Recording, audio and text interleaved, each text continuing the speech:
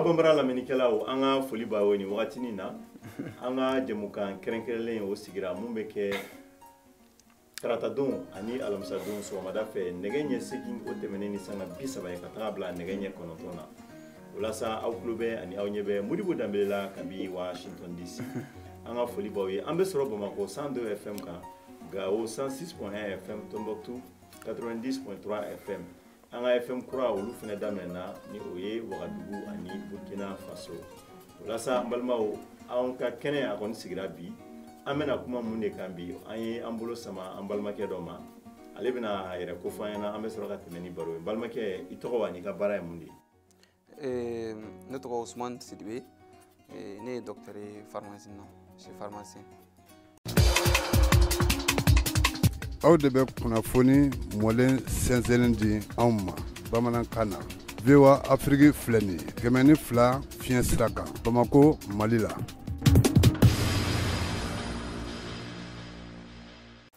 O diyara n ye an balimakɛ mun de y'i se yan bi États-Unis? Bon ne gouverneur ani UNESCO Maryland u ye lettre ci ma donc ko n ka na ko lauréat dɔ bɛ yen o bɛ lauréat dɔ di les champions de lutte contre la pauvreté donc k'u b'o lauréat di donc ko n ka n jija ko ka na bɛn le 17 ma donc ko n tɔgɔ b'o la ko donc ko u ka enquête y'a jira ko n bɛ dɛmɛ caman kɛ n ka jamana kɔnɔ mɔgɔw ye donc fana ko n k'o tɛ baasi ye donc o ye fɛn bɛɛ labɛn donc n ye avion ta n nana donc an taara Maryland donc o sɔrɔla ka gouverneur ni lieutenant gouverneur ani secrétaire d'état u ye waliɲuman dɔn kɛ n ye ani sénateur fana ye papier wɛrɛ jan ka kɛ waliɲuman dɔn fana ye. O diyara n ye walasa o kɔni o b'an tɛrɛtɛrɛ ka se o tora e bɛ mun baara sugu de kɛ Mali la ni fo wele bilali ma kabi Amérique yan ka na ka jɔnjɔn ta ka d'i ma i bɛ mun baara kɛ? Bon ne kɔni tɛ bon ne yɛrɛ bɛ se ka min fɔ peut-être n bɛ mɔgɔw dɛmɛ min ye tulonkɛ siraw ye ani balontan siraw ni fɛngɛw ye donc n kɔni bɛ n seko ye min ye n fana n k'o kɛ jamana ko la o position na parce que comme bɛɛ bɛ se ka min bɛ se ka min kɛ bɛɛ b'o kɛ ne kɔni ta o ye mais n tɛna don détail ba la n ye nin kɛ n ye nin kɛ n ye nin kɛ non mais n kɔni bɛ mɔgɔw dɛmɛ ni n bɛ se ka mɔgɔw dɛmɛ position min na pour que fantanya ka se ka kɛlɛ pour que jamana n'o ye Mali o bɛ se ka évoluer cogo min na. Mais yɛrɛfɔ tɛ ni mun fana kɛra an kan k'o fana fɔ o de la an ye nin baro in yɛrɛ sigi mais ne ye ɲininkara bakuruba la ko k'i bɛ mɔgɔw dɛmɛ ka fantanya kɛlɛ an dun b'a dɔn i bɔra k'a fɔ an ɲɛna sisan i ka kalansen o bolila kɛnɛya kan ni o ye pharmacie ye i bɛ mɔgɔw dɛmɛ cogo suguya jumɛn na ka fantanya kɛlɛ i bɛ waleya jumɛn kɛ? Bon fantanya ye sugu ka ca parce que n'i ye fantanya ta fantanya bɛɛ tɛ wariko ye o donc il faut que mɔgɔw k'o jateminɛ k'a fɔ n'a fɔra k'i welela ko kana ko n'a prix d'i ma o kɔrɔ tɛ k'i ye wari di mɔgɔ ma o bon n t'a dɔn mun fɔ bamanankan na cogo min na fantanya matériel bɛ yen spirituel bɛ yen wariko fantanya yɛrɛ fana bɛ yen donc maintenant a bɛɛ de cadre bɛ a la bon ne kɔni bɛ mɔgɔw ni n seko ye min ye n b'o kɛ quoi mais k'a fɔ ko n ye nin kɛ n y'a fɔ n ye cogo min na n ye nin kɛ spécifiquement bon a man di ne ka don o détail la mais n kɔni bɛ dɛmɛ kɛ n seko la fantanya position bɛɛ dɔ la hali ka mɔgɔw to kɔlɔlɔ dɔ kɔnɔ k'i hakilina d'a ma ou bien k'a wele k'a bila baara la o bɛɛ ye fantanya kɛlɛli dɔ ye donc fantanya kɛlɛli tɛ wariko dɔrɔn ye. An b'a ye fɛnɛ an bɛna kɛnɛya hukumu kɔnɔna la bi Mali kɔnɔna la an komi i ka kalan bolila kɛnɛya fanfɛla kan an b'a ye k'a fɔ e ye docteur ye pharmacie la fantanya bɛ mɔgɔ caman de fɛnɛ bila u ka taga fura kolon fura minnu bɛ yen a bɔra japaga de wa ou bien a bɔra fan o fan i t'a dɔn a bɔra yɔrɔ fɛn fɛn la mais parce que wari t'u bolo cogoya wɛrɛ t'u bolo u yɛrɛ ɲumanna kunbilenni walima kan u b'a ta e ye kɛnɛya kalan kɛ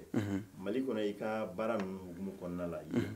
est-ce que a ye dɛmɛ dɔ ta ka ɲɛsin o mɔgɔw fana ma yaasa se tɛ minnu ye ka fura san u yɛrɛ a ye o yɔrɔ ninnu na i da ser'o ma wa ou bien i ni dɛmɛbagaw ou bien don n'a nataw la mun de bolo dalen don o fanfɛla la? Bon o kɔni hukumu kɔnɔ kata fura san yala yala kɛlaw bolo o ye faamuyali n'a bolo ye et puis imira bɛ ko a wari ka nɔgɔn ka sɔrɔ wari nin ma nɔgɔn e bɛ taa mina exemple ta fura dɔ bɛ n'u b'a fɔ ma ko efreligan e bɛ o boîte kelen san a boîte kelen bɛ feere pharmacie na 200 ni dɔɔni i b'a sɔrɔ kisɛ 16 b'a kɔnɔ mais yɛlɛkɛlaw olu b'a kisɛ kelen feere 20 mais n'i y'o 20 ta k'o jate minɛ i b'a sɔrɔ e miira bɛ k'i ka wari caman bɔ k'i bɛ ka wari fitinin bɔ ka sɔrɔ e ka wari bɔta ka ca n'i y'a ta pharmacie na ye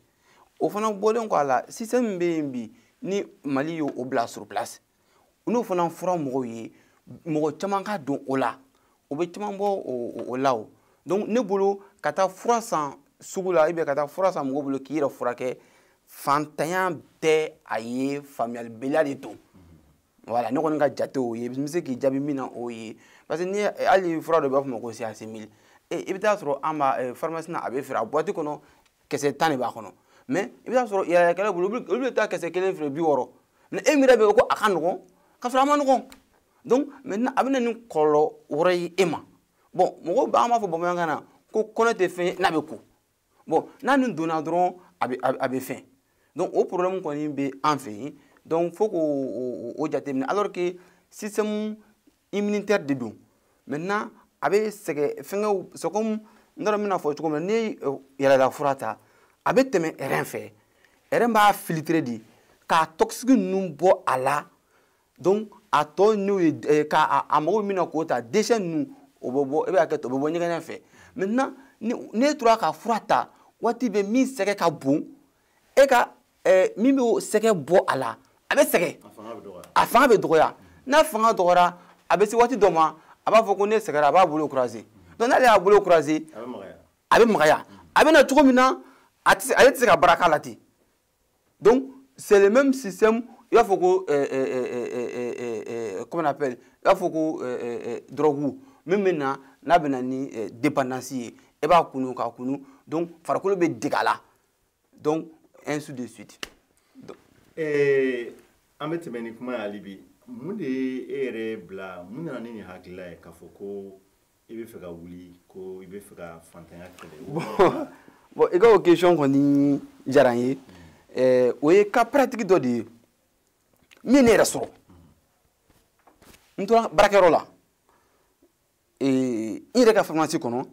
dɔ nana a ko docteur ne mago kɔni tun bɛ 20,000 na n'i sera ka 20,000 jan a bɛ diya n ye dɛ donc ne ko n ko patron 20,000 kɔni tɛ ne bolo dɛ an ye baara daminɛ sisan kɔsan nin na donc wari juru banna an bɛ ka juru sara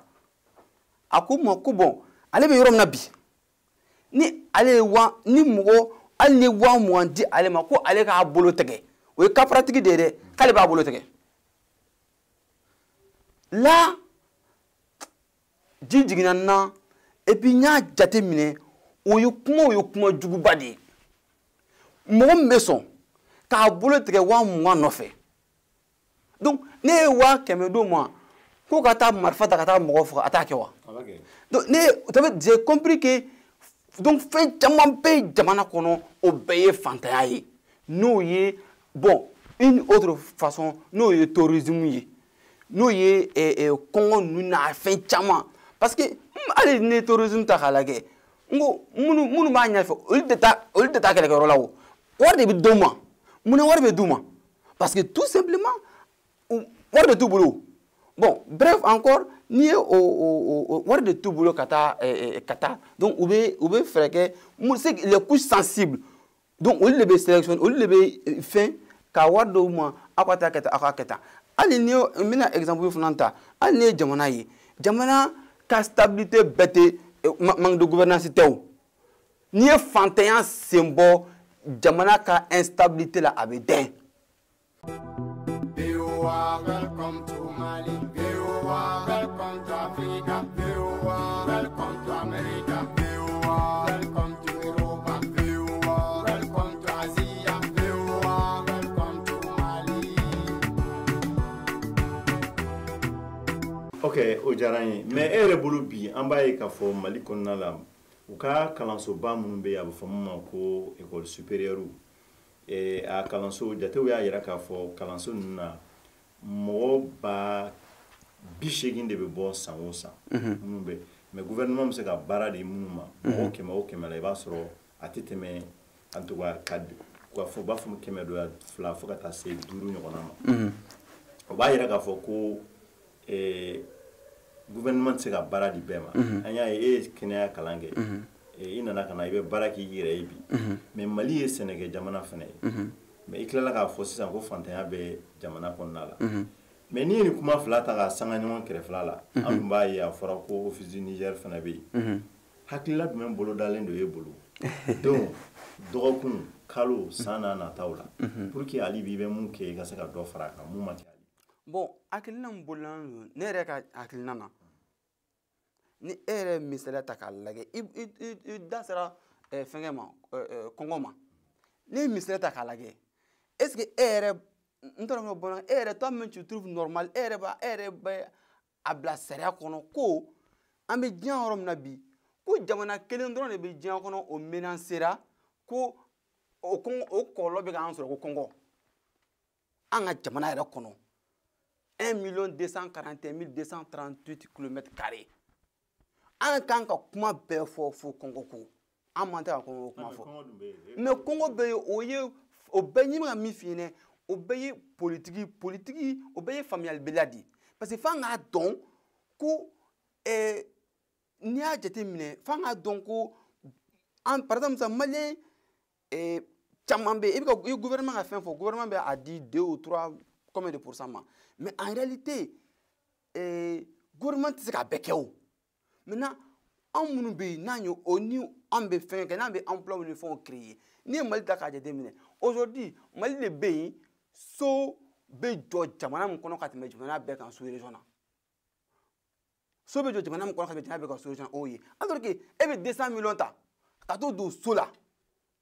o 200 millions bɛ se ka emploi joli de créer bon nous on pense déjà que alors que so tɛ dun maintenant balo ne bɛ dun donc bref moi je pense déjà que il faut qu'on essaye de faire comprendre aux gens de développer l'agro-business. mais o bɛ kɛ cogo di jamana min kɔnɔna la denmisɛnninw minnu fana ye sanfɛ kalan ou bien duguma kalan ou bien minnu ye camancɛ kalan kɛ bɛɛ ko ko ale ka vesti don n ne ka vesti ma dɛ ale ka vesti don ou bien ko ale ka kɛ bureau kɔnɔ baarakɛla ye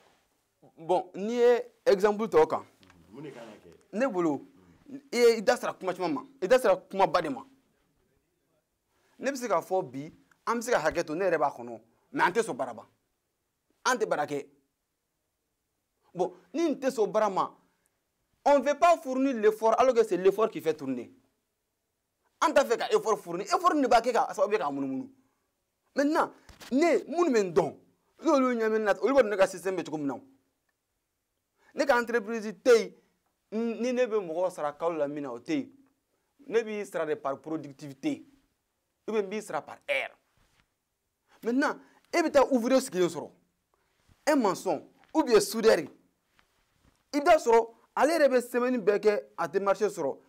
vendredi wula fɛ e bɛ samedi wula fɛ e bɛna marché d'a ma a b'a fɔ ko sini ko dimanche ko y'an ka repos ye ko lundi k'an bɛ baara kɛ bon o mentalité bɛ fɛn mun kɔnɔ a tɛ passé o mais alors que repos n'i bɛ baara kɛ i yɛrɛ ye repos tɛ e bolo ni e sɛgɛnna lundi i b'i da n'i sɛgɛnna mardi i b'i da repos foyi t'i bolo i mana sɛgɛn don min na i b'a bila yen mais nous on a mentalité on pense que le dimanche il faut se reposer ni an b'a dɔn ko an bɛ retard la an tɛ dimanche ko kuma yɛrɛ fɔ an da la. mais e yɛrɛ ka jate la nin hakilila sugu ka ca mɔgɔ min kunkolo la jamana min na nin hakilila sugu mun de kan ka sigi sen kan fɛɛrɛ jumɛn kan ka bila sen kan pour que k'a yɛlɛma don a la n'a ma ye ko e bɛ domaine min kɔnɔna la i bɛ kɛnɛya la i ka jamanadenya hukumu fana kɔnɔna la i bɛ wuli ka jɔ la pour que ka fantanya kɛlɛ mun de kan ka kɛ pour que nin hakilila ka se ka yɛlɛma. bon fɛn dɔ fana bɛ yen o ye lamɔ cogo ye o ye lamɔ cogo ye fo bɛɛ k'a jɔ a jɔyɔrɔ la chrétiens ye k'i jɔ aw k'aw jɔ a jɔyɔrɔ la musulmans aw k'aw jɔ a jɔyɔrɔ la aw kana na kan i kana fɔ mɔgɔ ma ko seli mais si k'a fɔ ma a bɛ seli kun min na f'e k'o de fɔ a ye il faut que tu le renseignes de la doctrine i k'a fɔ a ɲɛna ko i kana sonyali kɛ ko man ɲi k'i kana nkalon tigɛ ko man ɲi k'i kana kalabanciya kɛ ko man ɲi mais o tɛ fɔ dɛ seli heure bɛ se e selila wa C'est pas ça le plus important. Le plus important, c'est qu'il y a la c'est le coup comment. Maintenant,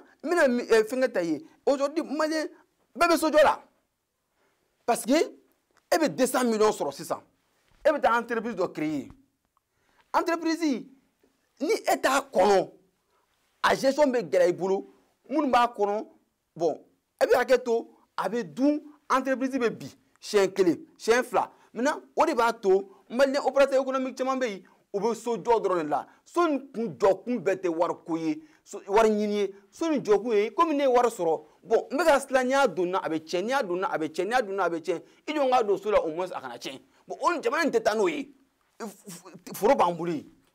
Mais moi, tu feras Sénégal, tu as mon coup, Bégoua, tu as bu le Ronanda. Ou à clavier le matin. Mon des familles balayaye. Il t'a fait qu'à Sénégal, au famille balayaye, au bed des politiques, au bed du gouvernement politique. Gouvernement politique, man, au delà. Parce que même nous, en tant qu'enfants là, en milliard de Jani, fonctionnaires et des familles. Parce que nous ne fonctionnons plus là, en bolide, au lieu de famille. Qui ne veut sur le cas sur Kadou, on t'a qu'à tout y. Ce n'est ni, et exemple, tu as tout simplement, mais exemple, tu as écrit un quelqu'un. Mais c'est qu'à faire, aujourd'hui, faire le Covid. Maintenant, il faut que écrit quelqu'un, depuis vidable, boira dominant mal là, à 400 ans, à prima fallu. Avec l'année Kabadi, moi, écrit naï, au privé fallu. Au cours du coup, alien le noyau. Maintenant, nous, au Kababi, un rébolindou. N'a rien de Sénégal. Comme j'ai expliqué aussi au gouverneur, j'ai expliqué au sénateur. M'a fait en conférence internationale, en conférence sous-régionale de quai sur l'agriculture, sur l'agro-business. Maintenant, où est candidat? Mais avec eux, à tes où qu'on va, où est candidat? Où est à fournir fin ailleurs. Au lieu de misère, bi en New York, entre l'université Columbia Université là, qui est l'université qui concerne l'agriculture. Entre on a vu les recteurs. Aya nyafanyene fengem baka nga la nyine mi au moins anga se ka Sénégal se ka développer jamana kono tugumna anga na se kana ka anga na ambalo samu bolo sa am se ka fembe san tugodi mais am se ka fembe san tugodi mobili be sa samara be sa feni be sa mais atetkete on mais am se ka mike fango des produits en fi anga se ka Sénégal en fi molo be se ka Sénégal en fi kaba be se ka Sénégal en fi chika be se ka Sénégal fembe be se ka Sénégal. Maintenant, il faut que le gouvernement amène une politique pour dire que ce n'est pas Sénégal Dominique, il faut donner que Sénégal business car Sénégal ta sur la war France sur la na politique ala faut des cas pour que beka bosso ba jonna ambalma wanga foli bawe ali bi au club anga jemu kan krenkrelin la mume ke tarata ni alamsa so mada fe neganye segin ka tabla sanga bisabala fukata se neganye konontoma Ambesro Bamako 102 FM Kagao 106.1 FM Tombouctou 90.3 FM au kananina Ambesro fenanga page Facebook VOA Bambara Malma unga foli bawi ne sanusi jarai ne entrepreneur ne be amba fo jemu kan la me sibiru sibiri wala nege nya duru ka se nege nya woroma VOA Afrique malma o ay VOA Afrique la me ana ko sebe awani mbara en konna la bibina ibe ni mulika jomna ne kanga ladilikan di ignona funangenuma walma munga koroni ibe munde funyana. Bon, moi je vais dire tout, nous comme ça mi faudront que chacun ait des principes. Principe de cana, système de cana. Ni be social ko be social kono. Ni be bra cadre kono be bra cadre kono.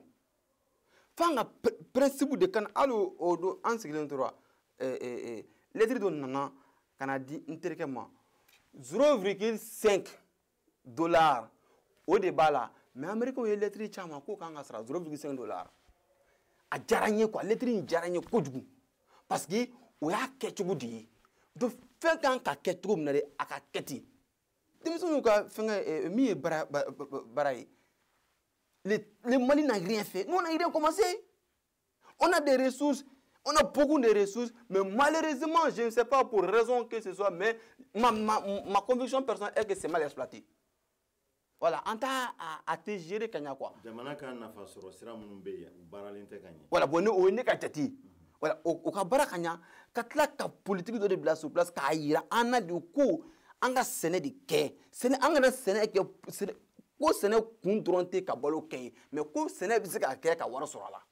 parce que an ka fɛn bɛɛ ye commerce ni sojo ni fɛnw ye ko sɛnɛ ko ka tila ka même si le gouvernement peut mettre des politiques ka entreprise kura minnu bɛ créer comment les accompagner pas financièrement mais comment accompagner pour que mentalité ka se ka changer pour que entrepreneur fana bɛ na mɔgɔ minnu bɛ ta mɔgɔ minnu bɛ baara kɛ olu k'a dɔn ko baara kan ka kɛ cogo min na n'a fɔra ko tɛgɛ kana na se baarakɛlaw ka fɛnw ma ainsi de suite donc pour que olu fana ka courage ta ka investir a la ni e y'a kɛ siɲɛ kelen dɔrɔn o man ɲa dɔ y'o dun i y'a kɛ siɲɛ fila o man ɲa dɔ y'o dun i y'a kɛ siɲɛ saba o man ɲa dɔ y'o dun donc e fana ne ye wari sɔrɔ e fana miiri a bɛ taa min na dɔrɔn o ye ka so jɔ i n'a fɔ k'a bɛna kɛ cogo o cogo ko bi n ko silamɛw ni chrétiens bɛɛ k'i jɔyɔrɔ fa pour que an ka mentalité falen mais waati bɛɛ e sigilen don te min na ko baara tɛ yen il faut ka question de poser yɛrɛ kun an ka mun kɛ baara bɛɛ tɛ wariko ye o. An b'a ye kɛnɛ fɛn k'a fɔ an ka nin fɛn in na musow jɔyɔrɔ ka bɔ a la kosɛbɛ jamana tɛ se ka taga ɲɛ ni musow ka hakɛ fɛnɛ ma sabati fantanya kɛlɛli la bi e bɛ kan ka mun de kɛ ou bien e bolo mun de ma kɛ hali bi yaasa musow fɛnɛ ka se k'u jɔyɔrɔ fa ka fantanya kɛlɛ surtout jamana min kɔnɔna la an b'a dɔn musow fɛnɛ u cɛsirilen don wulilen don k'u jɔ kosɛbɛ. bon mun ye musow ka yɔrɔ ye n'i y'a jateminɛ fantanya yɛrɛ a ka jugu muso de ma ka tɛmɛ bɛɛ kan parce que fantanya de b'i bila e bɛ taa ko dɔ kɛ min yɛrɛ t'i danbe kɔnɔ fantanya de b'i bila e bɛ don ko dɔ la min man di e yɛrɛ nugu ye fantanya de bɛ muso bila o bɛɛ la donc min ye fana muso ka yɔrɔ ye a bɛɛ ye baarako nin de ye aujourd'hui là avec la mondialisation muso ko t'a la cɛ ko t'a la c'est par productivité compétence bɛ i la cogo min na a bɛ kɛ o de ye donc il faut que bɛɛ de k'i ka intérêt défend c'est-à-dire bɛɛ k'i ka intérêt défend et que an kana ko bɛɛ ta i bɛ hakɛ to o yɔrɔ la an kana ko bɛɛ ta ka ko bɛɛ ta k'a di ala ma k'a fɔ ko ala y'a kɛ tan ala y'a kɛ tan e kan k'i yɛrɛ mun kɛ e ye mun de kɛ fɔlɔ yan'a ka kɛ ten ten fo an k'o de dɔn et puis an kana fɔ fana ko il faut tout excuser bon i bɛ hakɛ to o yɔrɔ fana na ko bɛ e n'i ka ko kɛ a miiri fɔlɔ yan'i ka sɔrɔ k'a kɛ mais ka ko kɛ ka tila k'a fɔ tuguni ko yafama tɛ ko bɛɛ dilan ni yafama tun bɛ ko bɛɛ dilan ala tun tɛ jahanama kɛ n'a tun bɛ yafa bɛɛ ma donc il faut qu'on réfléchisse aujourd'hui les pays les plus développés que ce soit les États-Unis tous les pays là voilà u ye fɛnw ɲɛbila de kɛ donc f'an ka ɲɛbila de kɛ bon ɲɛbila programme de tɛ an bolo hali ni exemple ta tout de suite maintenant sous-région ninnu dɔw ni comment on appelle Mali kan i bɛ taa sɔrɔ hali ni an ka sirako nin jateminɛ a ma ɲɛbila de e bɛ se ka na kɛ bi e ye président ye i kana se ka sira kɛ devoir ye i kana kɛ travail o se t'i ye o mais n'i b'a dilan ka 3 voies place bila o se b'i y'a donnama kama n'i y'a 3 voies place bila i se ye min ye voie kelen o kɛ ni ne fana nana ne tɛna kelen fara kan ni Fakiri Safan o tɛna kelen fara kan mais n'a place ma bila mun de bɛna kɛ kelen bɛ kɛ dɔrɔn mɔgɔw bɛna ka na so jɔ ka fɛn kɛ place yɛrɛ tɛ yen donc toujours il faut faire une prévision min ye autosuffisance ye n kɔni y'a kɛlɛ daminɛ fo ni dɛsɛra yɔrɔ min na ni min ye yan ye ni gouverneur ni fɛnw n'u ye danaya dɔ d'an kan n fana bɛ fɛɛrɛ tigɛ n bɛ se k'o compétence la ta an ka jamana kan cogo o cogo pour que an kana se ka balo yɛrɛ san tuguni an de ka balo feere mɔgɔw ma mais an kana se ka balo san. I nalen yan jɔnjɔn dilen i ma i fɛnɛ n'i seginna ka taa Mali la i bɛna mun de kɛ walima i kɛlen don ka mun de boloda yaasa i ye kalan ani faamuyali ani i ye fɛn minnu ye ani i ye kuma minnu mɛn yan i bɛna taga labaara cogo di n'i seginna ka taga. bon ni déjà que hali ni k'a sɔrɔ man di ne ma fɛn caman bɛ yen n y'a faamuya n b'a appliquer mais tout simplement de fait que ni n kɔni taara ni min ye fɛn min komi n tɛ politique la association tɛ n bolo foyi tɛ n bolo bon ka don politique min fana na o tɛ n ka laɲini ye parce que diyagoya tɛ f'i ka don politique la pour que ka kow la avancer min se ko min ye jamana ko la bɛɛ b'o de kɛ pour que jamana ka taa ɲɔgɔn fɛ ni e ko ko e ye président ye e kelen tɛ se k'a bɛɛ kɛ o maintenant bɛɛ de b'a a seko kɛ maintenant ne seko fana min ye ne b'o kɛ ne fana mɔgɔ fɛn o fɛn bɛ ne ka bilasira la n bɛna misaliya fana ta o la k'o fana komi i bɔra fɛn kan an ka y a syndicat national des pharmaciens ne b'a kɔnɔ syndicat national des pharmaciens du Mali pour que k'o fana fɔ n ye aw ka nin fɛn kan an bɛ dɛmɛ kɛ hali bi n bɛ ka kuma la yɔrɔ min na bi min ye an ka bolofara min bɛ Kayi u taara à peu près plus de 14 millions u y'o de don fura la ka taa dugu de bɛ ko Kɔɲakari ka t'o d'o ma pour que k'olu dugudenw dɛmɛ alors que olu ye syndicat di alors que syndicat kɔni est-ce que syndicat ka baara ye dɛmɛ ye wa ka dɛmɛ kɛ mɔgɔ ma wa olu ka baara ye k'an ka cause défend mais nous on a compris en tant que pharmacien que peut-être que ni i bɛ se ka fantanya ni mɔgɔw dɛmɛ position an b'o kɛ kɔsa na yanni ne ka na an ye donc militaire ye service social la armée la an ye fura fana ta o tun ye bureau national ye ka t'o d'u ma donc bɛɛ seko min ye o k'o kɛ mais dili ne tɛ a ban fo mentalité de ka falen parce que n'i y'a di k'a di o i bɛ don le même système que an bɛ mun kɛ avec Europe ou bien les occidentaux an b'a kofɔ ka kofɔ kofɔli t'a bon f'an ka na ni système de ye système b'a ban. O diyara n ye kosɛbɛ yanni an ka baro wuli nin yɔrɔ la e yɛrɛ bɛ welewelekan jumɛn lase Mali faamaw ma ani kɛnɛya tigilamɔgɔw sinon maliden sugu o sugu minnu bɛ yen ko u ka laɲini ou bien u ka baara ye ka fantanya kɛlɛ n'u cɛsirilen don duguba kɔnɔnaw la ou bien burusi kɔnɔnaw la e bɛ mun de f'u ɲɛna. Bon ne kɔni bɛ se ka min fɔ dɔrɔn déjà fantanya kɛlɛli komi n y'a fɔ cogo min na il faut que mɔgɔw k'a dɔn ko fantanya kɛlɛli bɛɛ tɛ ka wari b'i kun k'a di o de kosɔn j'ai dit que pauvreté spirituelle bɛ yen pauvreté matérielle bɛ yen pauvreté financière bɛ yen hali ka balontan organiser ka yɔrɔ la ka mɔgɔw minnu dɛsɛlen don k'u hakili bɔ fantanya kɔnɔ o bɛɛ ye seko ye ka concert organiser o bɛɛ ye seko ye i bɛ se ka fɛn fɛn kɛ min bɛ se ka adamadenw fɛn o fɛn mais min ye autorité ta ye ne ko min bɛ se ka min fɔ autorité ka niveau la l'état est fort ni ninnu fɛn ninnu na o bɛ se ka décision dɔ ta min bɛ se ka fɛn maintenant même si on peut mettre une cellule d'encouragement des gens à investir mais il ne faut pas de dire que il faut aller au champ il faut investir ka taa foro la taa sɛnɛ kɛ mais il faut qu'on apprend que a ka fɔ de ko e bɛ se ka nin kɛ ka wari sɔrɔ parce que a bɛɛ kun ye wari ko n'a ye mɔgɔw taga la a bɛ mɔgɔ kɔnɔ wari de t'a la an ni mɔgɔ bɛ développement yɛrɛ ye min ye o kasi i yɛrɛ kɔrɔ de i ka se i ka courant kɔrɔ n'a fɔra ko bi courant yɛrɛ ye luxe ye i ka se i ka courant kɔrɔ i ka ji i ka balo mais n'o courant o ji o balo n'o bɛɛ ta k'a lajɛ i bɛ t'a sɔrɔ min ka gɛlɛn n'o bɛɛ ye o ye balo de ye e bɛ se ka si kɛnɛma mais n'i sera kɔngɔ la siɲɛ fila siɲɛ saba i bɛ sa donc f'o de ka dɔn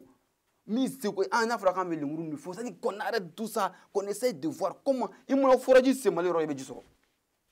fɛnkɛ la donc o yɔrɔ min bɛ yen donc gouvernement ka essayer ka na ni politique ye k'olu fɛn ani maintenant mun ye fo formation dɔ de ka daminɛ à base peut-être olu tɛna an sɔrɔ yan formation bɛ daminɛ à base ka mɔgɔw hakili ka a faamuya ko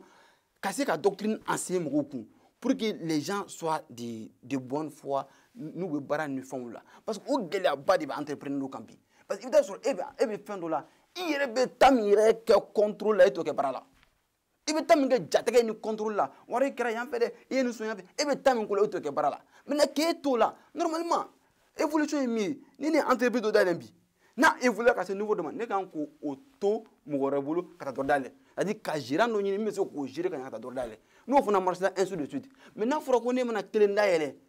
o yɛrɛ ye gestion min ka ne yɛrɛ faga ne tɛ da k'a miiri dɔ wɛrɛ la parce que a bɛɛ ye i bɛ mɔgɔ min bila la o fɛn donc faut que o problème fɛn n'o problème sera ka résoudre o tɛ sisan ko ye mais qu'on sache que y a ce problème n'an y'a dɔn ko o problème bɛ yen k'olu fɛn après tɔ ninnu min ye